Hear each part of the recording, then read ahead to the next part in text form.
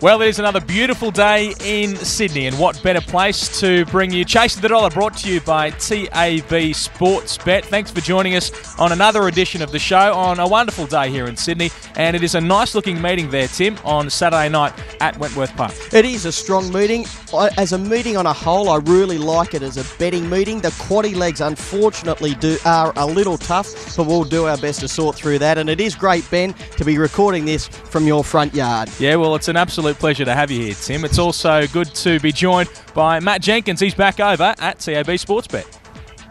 Thanks, guys. Well, it's a shame you're not even recording from Ben's balcony, an even better view from up there, but it looks like a very good spot. We've got a great week coming up and plenty of fantastic racing as well. We get to see Miata go around and plenty of questions. Look, we expected a win. She's very short to do that in the Sandown Cup final. She's $1.22, but can she break the track record at TAB Sportsbet? That is an outside chance of happening at $3. More likely she'll win by a street, $1.80, about 4 or more lengths.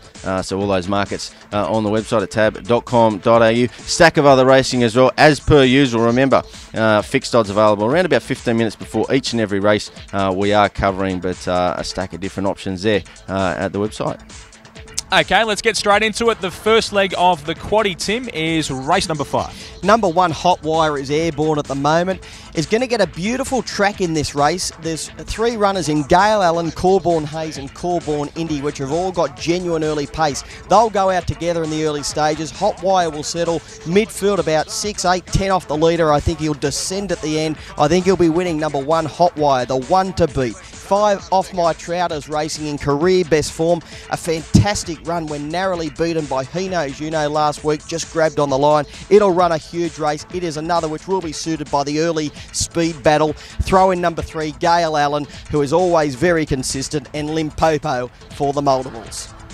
Okay, race number 6. This is the race of the night. It is the free-for-all, and there's some very good greyhounds going around here. Tim, you got off by Bucks last week. He's been one of your favourites. He got up and won again. What about this week? You going back? Oh, I am. He is airborne at the moment. He is just nailing the jump, and he's got incredible burn.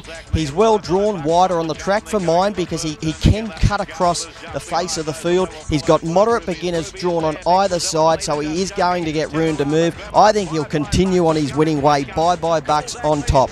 Number 8, Thrilling Fonz, at huge value, can run a big race, ideally drawn wider on the track, can follow Bucks across, and at the odds is worth a little saver. And number 2, Garlet, he is just too good to leave out. He can run time when he's on song, but he's just got to contend with Cool Icon, a wider runner drawn on his inside. Bucks to notch up another win.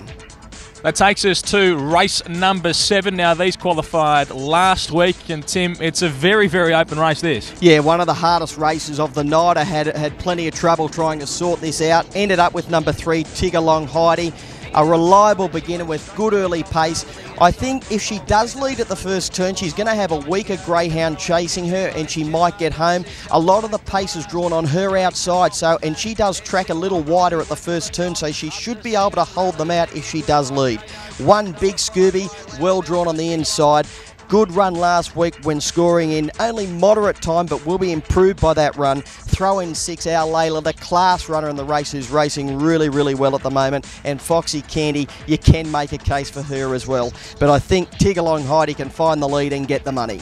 And we're on to race number 8, and this is the final leg of the quaddie. Another very, very tough-looking race. Now, you tipped Scarlet Liz last week, ran second. What about this week? Yeah, it was a really good run, and I'm going to stick with her. She's knocking on the door. She's not far off winning a race. She's well drawn on near the inside in box number 2, and she should find this a little easier than a race last week. I think she'll run a really, really good race. Scarlet Liz, number 2 on top. 4, Ruby's Lair, is dropping in grade on recent runs.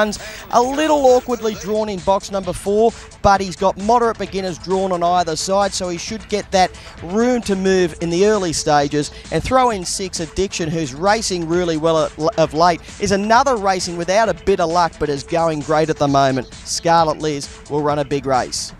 Well, Tim, that best bets tally, it just continues to grow. We had another winner last week. Yeah, no prizes for getting He Knows You Know over the line. It was a hard ride at $1.50. Got there in the last stride, but he won nonetheless. And your best bet this week? Really keen on race 10, number 4, Between Wickets. This greyhound can be a bit touchy at box rise, but has got really good burn. Has drawn where it can lead at the first turn. Is going great at the moment. I think it'll be winning. I also like Miss Nicole in race number 3. I think she comes back to town after winning at Richmond. I think she'll be winning as well. All right, 2 there for you. Now, a value bet for us? Lovers Quarrel in race number 9, beautifully drawn on the inside.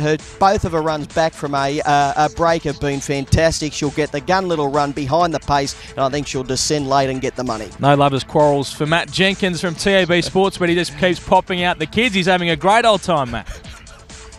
Yeah, thanks, Ben. On fire at the moment. They just keep multiplying, but that is it for me. 2 is the number I'm going to finish at. But this weekend, not only good racing, plenty of good sport happening as well, and just some very good jackpots happening too. Saturday night at Wentworth Park for New South Wales customers, $10,000 already in the pool there for the first 4 on the first race of the night, and the $20,000 there for Victorian customers on the Sandown Cup as well, with Miata involved. That is on the first 4. For racing as well, looking forward to the Doomben 10,000. Of course, a very good pointer towards the Stradbroke handicap as well, coming up not too far away.